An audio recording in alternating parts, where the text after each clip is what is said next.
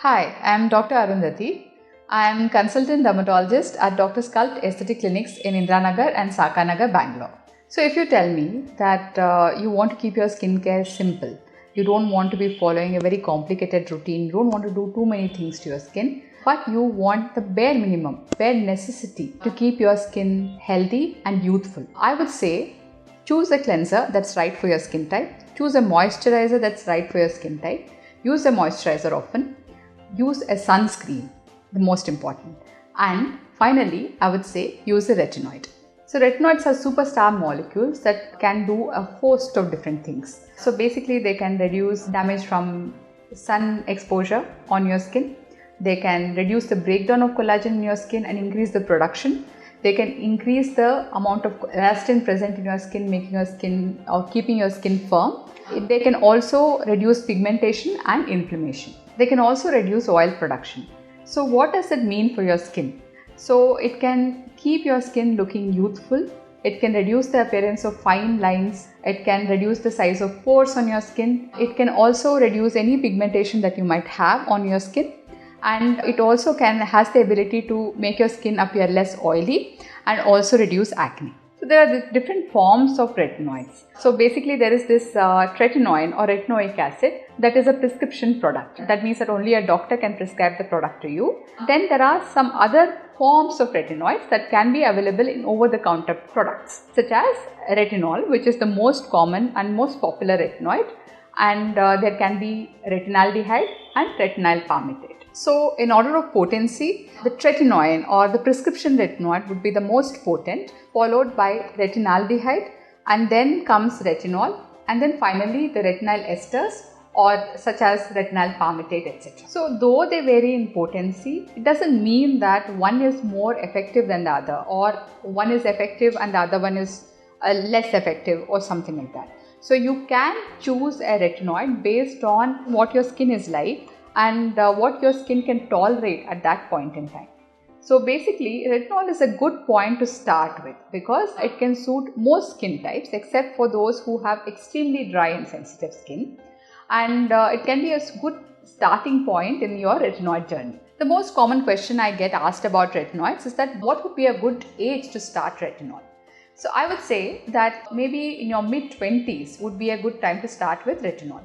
So I would say that when you start off with retinol, don't use it every night. Start with say a conservative 2 or 3 nights a week. Always combine a retinol with a moisturizer.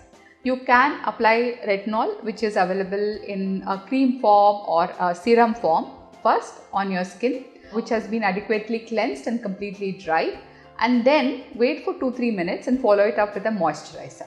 This moisturizer can reduce the potential irritation that the retinol can cause on your skin. Once your skin gets used to the retinol, maybe after 2 or 3 weeks, you can slowly increase the number of nights that you use retinol, and maximum you can use for about 3 to 4 nights a week.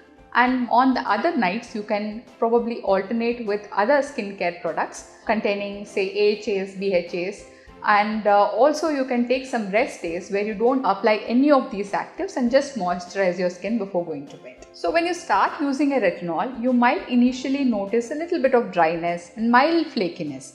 It shouldn't be anything more than this. But if you notice a little bit of redness and angry looking skin or very severely irritated and itchy skin, then it's probably time to see a dermatologist because you might be overdoing your retinol regime. Also, sometimes I notice that people start off using retinol but quickly quit it after 2 or 3 weeks because they are not seeing tangible benefits from it. This is wrong because it can take up to 12 weeks to start seeing good results with retinol, and the benefits can go on increasing over the period of 1 year. 1 year is when the benefits sort of plateau. At this point, you can possibly use a higher concentration of the product. So retinol comes in different concentrations. I would suggest that you at least start with 0.2%. So if you've been using a lower concentration retinol, after 1 year, maybe you can increase it to a slightly higher concentration and you can continue your skincare. Or you can switch to a slightly more potent retinoid, say retinaldehyde, or you can see a dermatologist who can prescribe you tretinoin to continue with your skincare. Though retinoids can be safe and effective for most people, There are certain things you have to keep in mind before starting the product.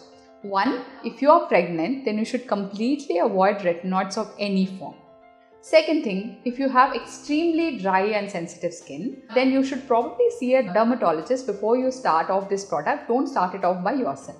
The dermatologist can help prescribe a milder retinoid, a less potent retinoid initially, and gauge your reaction to it and slowly amp up the potency or the strength of the product according to what your skin can take.